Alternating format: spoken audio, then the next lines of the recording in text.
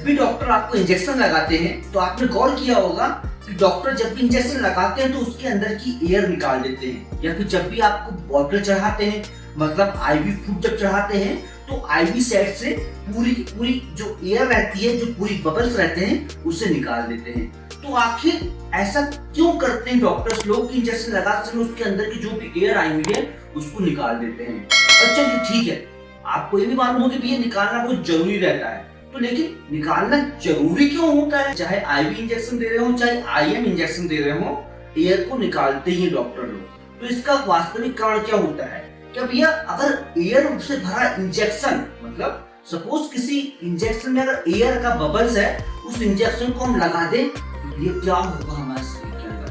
क्या ये हमारे लिए बहुत डेंजरस साबित होगा? आज हम चर्चा करेंगे भैया हवा से भरा इंजेक्शन लगा दें तो क्या होगा। अगर किसी टाइप से इंजेक्शन में बॉटल में किसी टाइप की एयर चले जाए, बबल्स चले जाए, तो ये हमारे नसों में क्या नुकसान हो जाएगा। बहुत इंटरेस्टिंग टॉपिक है आज का भी, बने रहिएगा दोस्तों वीडियो में लास्ट तक। मैं बताऊंगा आपको स्टेप बाय स्टेप बहुत ही आसान भाषा में, जिससे आपको कॉन्सेप्ट पूरा क्लियर हो ही जाएगा। तुम समझते हैं सबसे पहले भैया अगर आपने इंजेक्शन लगा दिया हवा से भरा वाला तो क्या होगा। तो अल्टीमेटली हम समझे कि अगर हवा से भरा हुआ इंजेक्शन मतलब बबल्स लगा दिए तो उस कंडीशन को क्या बोलते हैं? Air embolism. मतलब अगर हवा से भरा इंजेक्शन या फिर बबल्स किसी टाइप से हमारी नस में चला गया है, हमारे शरीर के अंदर चला गया है, तो उसे एयर इम्बोलिज्म बोला जाता है। इसी टाइप से अगर इस टाइप से किसी टाइप का बबल जो होता है अगर हमारे वेन्स में चले जाए तो उसको वेनस इम्बोलिज्म बोला जाता है, और किसी टाइप से आर्टिस में चला जाए तो उसे आर्टियल इम्बोलिज्म बोला जाता है। मतलब अल्टीमेटली जिस जगह पे जा रहा है उस जगह के नाम से इम्बोलिज्म को जोड़कर इसे कनेक्ट कर दिया जाता है।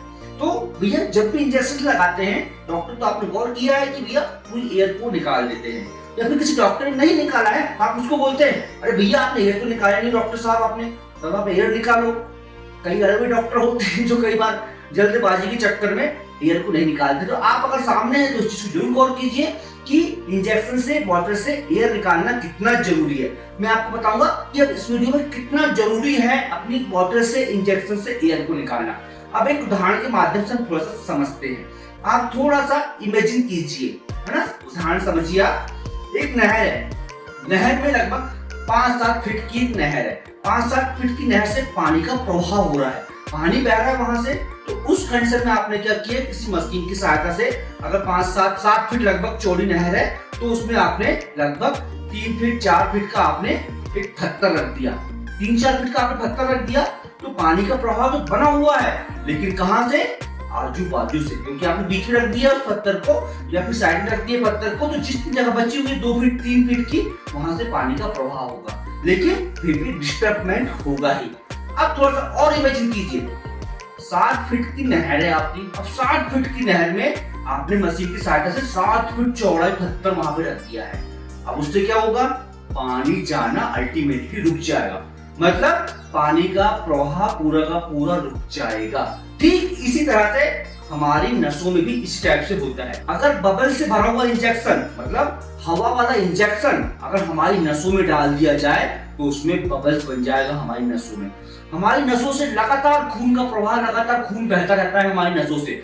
उस कंडीशन में जो हमारी नसें होती हैं बहुत बारीक बारीक होती हैं, पतली पतली होती हैं। अगर किसी टाइप से अगर किसी भी टाइप का अगर बबल्स हमारी नसों में प्रवेश कर लिया, चाहे वो छोटा बबल्स हो चाहे बड़ा बबल हो, छोटा बबल्स गया तो कम दिक्कत जाएगी, अब बड़ा बबल्स गया है तो बहुत ज्यादा दिक्कत जाएगी। अगर किसी टाइप से अगर बबल्स चला गया है तो उस कंडीशन में वो हमारी नसों से, हमारी वेन्स से होता हुआ, हमारी आर्टरी से होता हुआ वो शरीर के किसी भी अंग में पहुंच सकता है, और किसी भी अंग में पहुंचने के बाद हो सकता है वो आगे चल के बहुत बड़ा कॉम्प्लिकेशंस क्रिएट कर दे।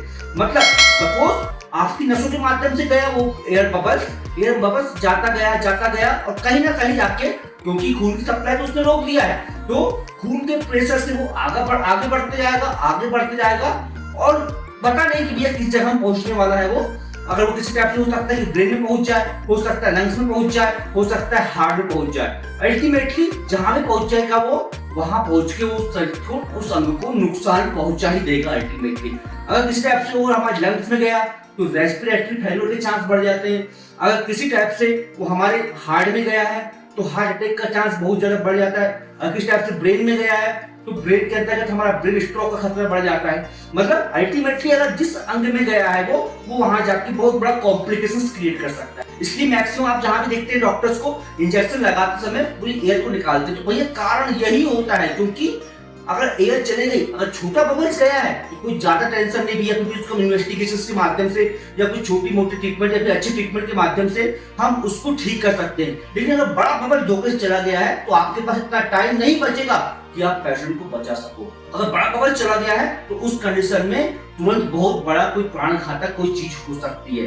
तो इसलिए इतनी लापरवाही से अगर कोई डॉक्टर है या फिर आप सामने देख रहे हैं उसको नर्सिंग स्टॉप है, तो बिल्कुल सावधानी से उसे करना चाहिए, ताकि किसी भी तरह से हमारा एयर बबल्स वगैरह हमारी नसों में ना जा पाए। एक कंफ्यूजन लोगों में और रहता है, जिस जगह पे हम इंजेक्शन लगाते हैं, बॉटल लगाते हैं, तो वहां की एयर बबल्स आ जाता है। तो कई लोग समझते हैं कि भैया नसों में हवा चली गई है, तो वो अलग चीज होती है। वहां पे क्या होता है, जनरली हमारी नस पंचर हो जाती है, जिसकी वजह से वहां पे कुछ खून इकट्ठा हो जाता है, या फिर नॉर्मली हमारा स्किन सबक्यूटेनियस में हमारा हल्का सा बबल्स टाइप का आ जाता है, तो वो अलग चीज होती है। तो उसमें हमारी नसों में किसी टाइप से बबल्स नहीं जाता है। लेकिन डायरेक्टली हवा से भरा हुआ इंजेक्शन अगर हमने शरीर के अंदर लगा दिए, नस में लगा दिए, तो वो हमारे लिए बहुत ज्यादा प्राणघातक हो सकता है। तो दोनों चीजें अलग अलग होती है कि भैया हमने लगाया है, वहां फुग्गा आ गया है, वहां पे बबल्स आ गया है, वो अलग चीज है। लेकिन हवा से भरा इंजेक्शन हमारे नस में लग गया है तो वो अलग चीज है। और ये अल्टीमेटली हम बोले कि भैया अगर इंजेक्शन लगी गया हवा से भरा हुआ इंजेक्शन, तो हम उसको डायग्नोज कैसे करें। तो भैया अगर छोटा बबल्स गया है तो आप डायग्नोज कर सकते हैं सीटी स्कैन के माध्यम से, अल्ट्रासोनोग्राफी के माध्यम से, एमआरआई के माध्यम से।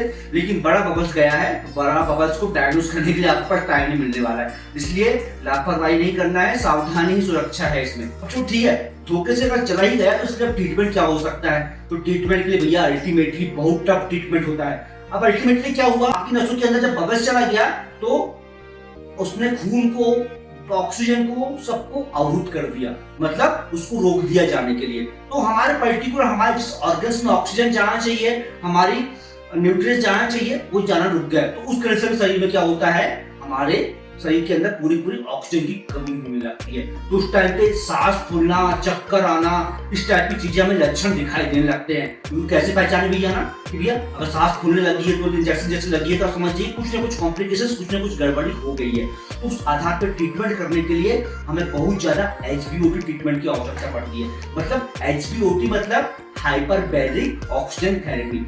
अब HBOT क्या होता है, हाइपरबैरिक ऑक्सीजन थेरेपी क्या होती है, एक कांच का आपने देखा होगा, पैसे को कांच के अंदर रख देते हैं, कांच का एक छोटा सा बैठा है जगह, पैड जैसा बिल्कुल, उसके अंदर पैक करके पेशेंट को रख देते हैं और उसमें हाई प्रेशर से पेशेंट को ऑक्सीजन दी जाती है, ताकि उसके शरीर के अंदर पूरी ऑक्सीजन प्रेशर से जा सके और जहां वो दिक्कत जा रही है, जिस ऑर्गन से दिक्कत जा रही है, उस ऑर्गन तक हमारी ऑक्सीजन पहुंच सके। तो मेन तौर पे इस कंडीशन में HBOT ट्रीटमेंट किया जाता है। साथ में मैकेनिकल वेंटिलेटर की हमें आवश्यकता पड़ती है। साथ में बहुत सारी थेरेपी ऐसी होती है जिसे पेशेंट को देना पड़ता है, तब जाके पेशेंट की जान बच पाती है। तो इसलिए भैया ये बहुत टफ हो जाता है। अगर इस टाइप का कोई केस हो जाता है तो बहुत ही कॉम्प्लिकेशंस क्रिएट हो सकते हैं। इसलिए जब भी आप इंजेक्शन लगाएं, आप नर्सिंग स्टॉफ है या फिर आप नए प्रैक्टिस नर्स हैं, तो उस कंडीशन में बहुत सावधानी से इंजेक्शन लगाएं, क्योंकि अगर हम लापरवाही बरतते हैं तो ये बहुत ज्यादा हमारे लिए हानिकारक सिद्ध हो सकता है। और साथ में आप डॉक्टर्स को आप इंजेक्शन लगाते हुए देखते हैं तब भी आप बिल्कुल गौर कीजिए कि यहाँ इंजेक्शन सही तरीके से लगा रहे हैं या नहीं लगा रहे हैं। तो ये था अपना वीडियो आज का। अगर हवा से भरा इंजेक्शन लगा दिया जाए नस में तो क्या होगा, या फिर किसी टाइप से एयर एम्बोलिज्म या फिर हमारी नसों के अंदर बबल्स चले जाए तो क्या होगा। तो आई होप आपको समझ में आ गया होगा। बहुत अच्छी बारीकी से समझाने की कोशिश किया हूँ। वीडियो अच्छा लगा तो लाइक कीजिए, अगर आप चैनल में नए हैं तो सब्सक्राइब जरूर कर लीजिए और बेल आइकन